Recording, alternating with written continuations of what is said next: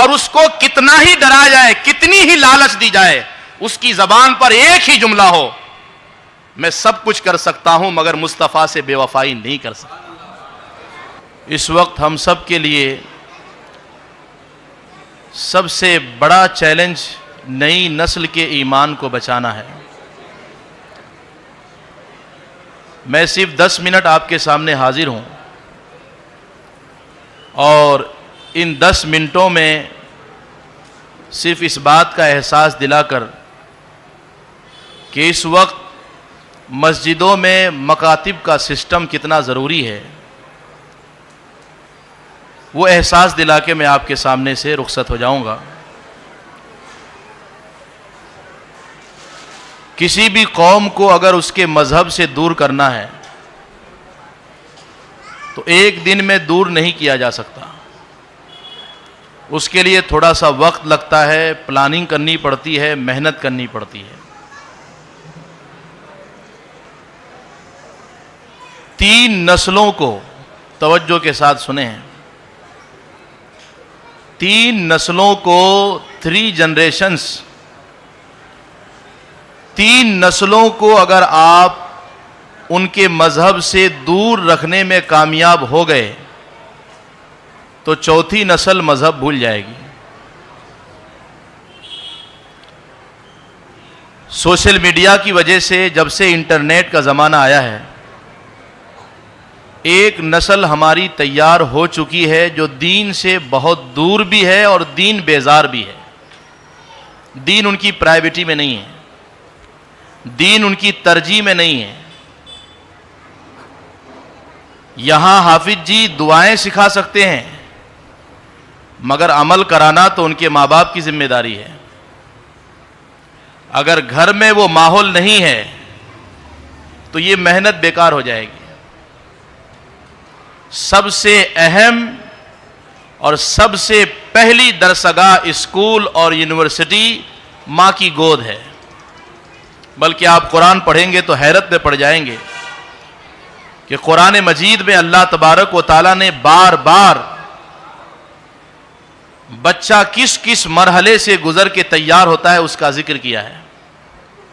هو الذی خلقکم من تراب ثم من نطفۃ ثم من علقۃ ثم یخرجکم طفلا، اس طرح جگہ جگہ اس بات کا ذکر کیا ہے کہ بچہ تیار کیسے ہوتا ہے، اس کا وجود کیسے تیار ہوتا ہے۔ پورا قرآن بھرا ہوا ہے اس ذکر سے۔ ہماری توجہ شاید اس طرف نہ گئی ہو کہ بار بار قرآن بچے کے ماں کے پیٹ میں تیار ہونے کے مرحلوں کو کیوں بیان کر رہا ہے۔ پہلے یہ ہوتا ہے، پھر یہ ہوتا ہے، پھر وہ ہوتا ہے۔ قرآن اترا ہمارے نبی پر اور پڑھ کے کامیاب دوسری قوم ہو رہی ہے۔ یہودیوں کے یہاں جب کوئی خاتون امید سے ہوتی ہے، انہیں خبر لگتی ہے کہ اس کے پیٹ میں حمل ٹھہر گیا ہے، امید سے ہے، اسی دن سے ان کو ایسے ایسے کام دیے جاتے ہیں، ایسی ایکٹیویٹیز دی جاتی ہے تاکہ بچہ ابھی ماں کے پیٹ میں ہی جو تیار ہو رہا ہے، جب وہ تیار ہو کر دنیا میں آئے تو ذہین ہو۔ ان کو بہت سارے میتھ کے فارمولے حل کرنے کے لیے دیے جاتے ہیں جب وہ امید سے ہوتی ہے۔ کیوں؟ اس لیے کہ جب بچہ ماں کے پیٹ میں تیار ہو رہا ہوتا ہے، اس وقت اللہ نے ان کے میموری کو، ذہن کو اتنی طاقت دی ہے کہ وہ 60,000 ویکیبلریز، الفاظ کو محفوظ کر سکتا ہے۔ بولیے سبحان اللہ، یہ اللہ کی قدرت ہے۔ میرے غوث پاک کے والدین اس راز کو سمجھتے تھے کہ اللہ نے قرآن میں ان چیزوں کو ایسے ہی نہیں بیان کیا ہے۔ وہ پیریڈ جب بچہ تیار ہو رہا ہوتا ہے، اسی وقت فیصلہ ہو جاتا ہے کہ دنیا میں آنے کے بعد یہ کس راستے پر چلے گا۔ اگر اس وقت ماں نیک ہے، اچھے کام کر رہی ہے، تو اس کی ساری نیکیوں کا اثر تیار ہونے والے بچے پر پڑے گا۔ میرے غوث پاک پر پڑا کہ نہیں پڑا؟ جب گئے تھے پہلی بار مکتب میں تو کیا کہا کہ یہاں سے نہیں پڑھوں گا، میں تو قرآن کے 11 سے زیادہ پارے یاد کر کے آیا ہوں۔ اس بات کو سمجھیں، صرف لنگر کھانے سے کام تھوڑی چلے گا. توجہ دیں اس بات پر. غوث پاک کی زندگی کا سب سے پہلا سبق یہ ہے کہ ماں باپ سیریس ہو جائیں. توجہ کے ساتھ میری بات سنیں. ایک انتہائی خطرناک دین بیزار نسل تیار ہو چکی ہے. میں نے کہا 3 نسلیں اگر مذہب سے دور ہیں تو چوتھی نسل مذہب بھول جائے گی. وہ خرافات پہ عمل کرے گی. ان کی پسند ہی مذہب، ان کی چوائس ہی مذہب. ان کو قرآن سے کوئی مطلب نہیں ہوگا، حدیث سے کوئی مطلب نہیں ہوگا. اگر آپ کو یہ چیز ایک خواب لگتی ہے، نہ ہونے والی بات لگتی ہے، تو کبھی چلے جائیں بخارا، کبھی چلے جائیں سمرقند، جہاں بڑے بڑے امام پیدا ہوئے، جن مسجدوں میں بیٹھ کر بخاری جیسی کتابیں لکھی گئی. اس طرح کی بڑی بڑی مسجدوں میں آج شراب بک رہے ہیں. کیوں؟ پہلی نسل دور ہوئی، کسی نے دھیان نہیں دیا. دوسری نسل تیار ہو گئی، دین سے دور ہو کر کسی نے توجہ نہ دی. تیسری نسل تیار ہوئی، کسی نے دھیان نہ دیا. چوتھی نسل بھول گئی کہ اسلام کس کو کہتے ہیں. میرے عزیزو، میں نے 10 منٹ کا وعدہ کیا آپ سے. اولاد اسلام میں کس قدر اہم نعمت ہے کہ ماں کے پیٹ میں جب ہو اسی وقت سے توجہ دی گئی ہے. بلکہ یہ تو میں بڑی بات کہہ رہا ہوں، اس سے بھی بڑی بات، عورت کو دیکھ نہیں سکتے غیر محرم. غیر محرم عورت کو آپ نہیں دیکھ سکتے، حرام ہے دیکھنا. مگر اسلام نے ایک جگہ اجازت دی ہے، آپ جانتے ہیں، ایک جگہ اجازت دی ہے. کب؟ جس سے نکاح کرنے کا ارادہ ہو اس کو ایک نظر دیکھ لو، اس سے کچھ پوچھ لو. اور جگہ اسلام نے روکا، مگر یہاں اجازت دی. کیوں؟ دیکھ لو، اسی سے تمہاری اولاد دنیا میں آنے والی ہے. نیک ہو تو نکاح کرو، نہیں تو اولاد کا فیصلہ ابھی سے کر لو. اسلام نے نکاح کے وقت جو دیکھنے کی اجازت دی، اس کی سب سے بڑی وجہ یہ ہے کہ اولاد ابھی دنیا میں آئی نہیں ہے، مگر ابھی سے ان کی فکر کرنا شروع کر دو. نیک بیوی کا انتخاب کرو تاکہ اولاد بھی تمہاری نیک ہو اور صالح ہو. وہاں اسلام نے سوچا. ابھی نکاح نہیں ہوا ہے، اس سے پہلے آنے والی نسل اور اولاد کی فکر کے حوالے سے اسلام سیریس کر رہا ہے، سنجیدہ کر رہا ہے. بلکہ آپ نبیوں کی دعائیں اٹھا کے پڑھیے. حضرت زکریا کی دعا، ربی حب لی من لدنک ذریۃ طیبہ. حضرت ابراہیم کی دعا، ربی حب لی من الصالحین. ہر نبی نے دعا کی، یہ اللہ نیک اولاد عطا فرما. ابھی اولاد آئی نہیں، اس سے پہلے نیک بننے کی فکر لگ گئی ہے. اولاد بہت بڑی نعمت ہے، بہت بڑی نعمت ہے. اس کے حوالے سے سنجیدہ ہو جائیں. میں اس لیے کہہ رہا ہوں، اب تقریر کرنے کا کوئی شوق نہیں ہے. نہ کوئی تقریر سننے کے لیے بلائے، نہ کوئی سنے، نہ کوئی سنائے، کوئی فرق نہیں پڑتا. بس کام کیجیے. وقت نہیں رہ گیا اب تقریر کرنے کا، اس طرح جلسے سجانے کا. صرف کام کا وقت باقی ہے، کام کا وقت باقی ہے.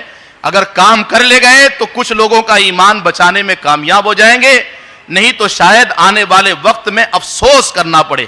ہم نہیں تو ہماری نسل ایک بہت بڑے امتحان سے گزرے گی. اگر توجہ ہو تو بولیے سبحان اللہ. دھیان سے سنیے میری ان باتوں کو. میں تقریر نہیں کر رہا ہوں آپ سے، میں درد دل سنا رہا ہوں، حدیث قلب عرض کر رہا ہوں. کچھ دل کی باتیں، ذمہ دار لوگ بیٹھے ہیں اس علاقے کے، اگر یہ باتیں یہ نوٹ کر لیے تو انشاءاللہ یہ جو بیج ہمارے سامنے موجود ہے، یہ ہماری بیج ہے، یہ کل فصل بن کر تیار ہوگی. یاد رکھیں، 5 سال سے لے کر 15 سال کی عمر کے بچے یا بچیاں بیج کی طرح ہے قوم کی. اگر یہ بیج خراب ہوئی تو قوم خراب ہو جائے گی. خراب بیج سے کبھی اچھی فصل تیار نہیں ہوتی ہے. توجہ رکھیے اس بات پہ. میرے عزیزو، ابھی کچھ دنوں پہلے میرے پاس بہت سارے نوجوان پڑھنے آتے ہیں. آپ سے بھی میں کہہ رہا ہوں ان باتوں کو دھیان سے سنیے. Serious, be serious please. سنجیدہ ہو جائیے. آپ بہت لاپرواہ ہو کے زندگی گزار رہے ہیں. انتہائی غافل اور بے خبر ہو کر ہماری زندگی گزر رہی ہے. میں مثال دوں آپ کو. آج کا ایک نوجوان پکڑ کے لائیے میرے سامنے جس کو رات کو گھنٹوں بیٹھ کر چائے پینے کی عادت نہ ہو. یہ ہمارے معاشرے میں یہ چیز ترقی پا رہی کہ نہیں؟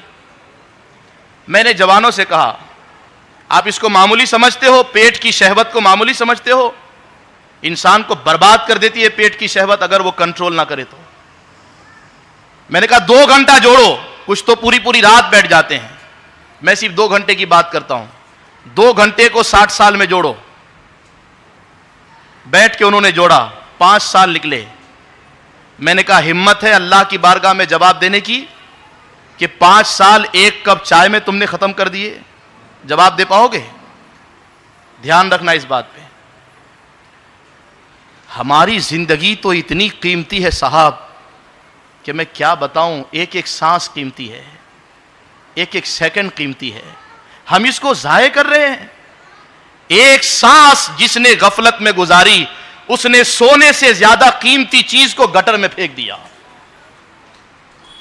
اس نے ہیرے جواہرات سے زیادہ قیمتی چیزوں کو بہا دیا.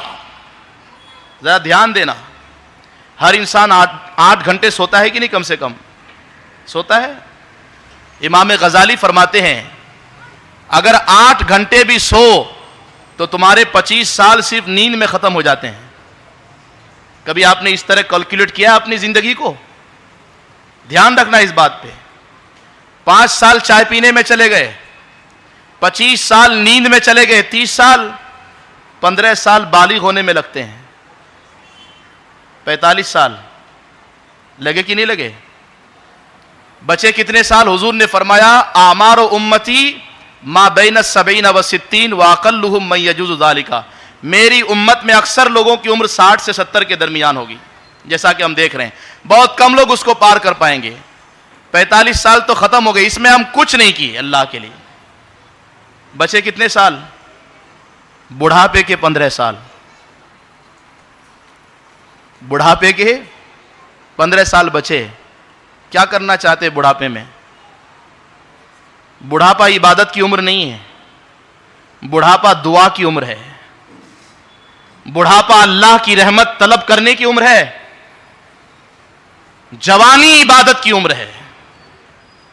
جوانی میں اٹھ سکتے ہیں, بیٹھ سکتے ہیں. میرے آقا امام غزالی نے فرمایا جوانی عبادت کی عمر ہے. بڑھاپے میں صرف دعا کرو مولا اب تو اٹھ بیٹھ نہیں سکتا, جب سکتا تھا تو کیا, اب مجھ پہ رحم کر دے, میرے بڑھاپے پہ رحم کر دے. بڑھاپے میں کچھ کرنا چاہتے ہیں, بڑھاپے میں تو یاد ہی نہیں رہتا کہ کتنی رکعت میں نے پڑھی. بڑھاپے میں تو 2 سیڑھی اترنے میں ہمت جواب دے دیتی ہے. پوچھو کبھی ان بوڑھوں سے جو آنا چاہتے ہیں جماعت کے ساتھ نماز پڑھنے کے لیے, مگر بڑھاپے کی کمزوری مجبور کر دیتی ہے گھر پر بیٹھے رہنے اور بستر پکڑنے پر. سیریس ہو جائیے. 15 سال بچے, ان 15 سالوں میں بہت کچھ کرنا ہے. ایک چیز اور دعوت دے رہا ہوں آپ کو تاکہ تھوڑا سا سنجیدہ ہو جائیں. یہ لائف سٹائل جو اس وقت ہم دیکھ رہے ہیں یہ مسلمانوں کی زندگی کا انداز نہیں ہوتا صاحب. جس کو مرنے پر یقین ہو, حساب دینے پر ایمان رکھتا ہو, اس کی زندگی ایسی نہیں ہوتی ہے. دھیان سے سنیے میری اس بات کو. اس وقت 90% سے ابو 90% سے ابو ہمارے معاشرے میں وہ لوگ رہتے ہیں جو صرف جمعہ کی نماز پڑھتے ہیں. 90% سے ابو. کتنے لوگ صرف جمعہ کی نماز پڑھتے ہیں؟ جمعہ کی نماز پڑھنے کب آتے ہیں؟ جب جماعت کھڑی ہونے کو 2 منٹ باقی رہیں. اس وقت یہ تعداد سب سے زیادہ 90% سے ابو کہہ رہا ہوں میں, 90% سے زیادہ. کبھی آپ نے جوڑا اس کو؟ کیسی نسل تیار ہو گئی. اگر کوئی 5 منٹ ہفتے میں خدا کے لیے نکالتا ہے تو 60 سال میں صرف 2.5 دن بنتے ہیں. کتنے؟ کیا ایسا نوجوان اللہ کو جواب دے پائے گا جب اللہ میرے نبی کے سامنے پوچھے گا 60 سال میں نے موقع دیا تھا, صرف 2.5 دن میرے لیے نکالا, صرف 2.5 دن, مگر ایسی نسل تیار ہو گئی. خدا را 2.5 دن خدا کے لیے کیا لے کر جائیں گے اللہ کے پاس؟ کیسے کھڑے ہوں گے اللہ کے سامنے؟